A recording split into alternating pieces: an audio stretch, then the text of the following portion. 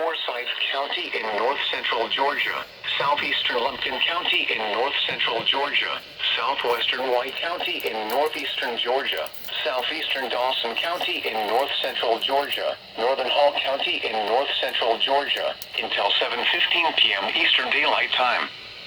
At 6:40 p.m. Eastern Daylight Time, a severe thunderstorm was located over Doherty, or near Dawsonville, moving northeast at 20 miles per hour. Hazard, 60 miles per hour wind gusts and quarter-size hail. Source, radar indicated. Impact, hail damage to vehicles is expected.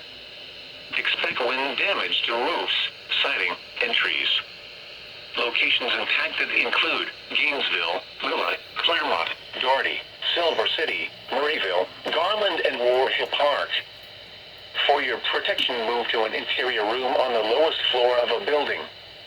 If you see wind damage, hail, or flooding, wait until the storm has passed, and then call the National Weather Service toll-free at 1-866-7-634-4664. Tweet us your report at NWS Atlanta.